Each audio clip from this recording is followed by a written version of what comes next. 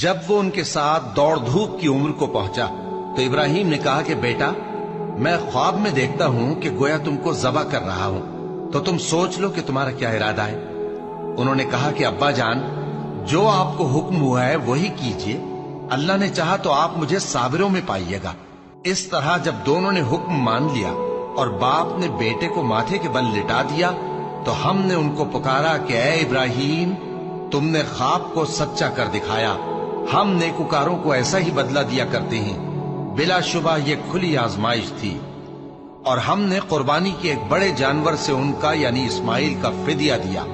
اور پیچھے آنے والوں میں ہم نے ابراہیم کا ذکر خیر باقی رکھا کہ ابراہیم پر سلام ہو،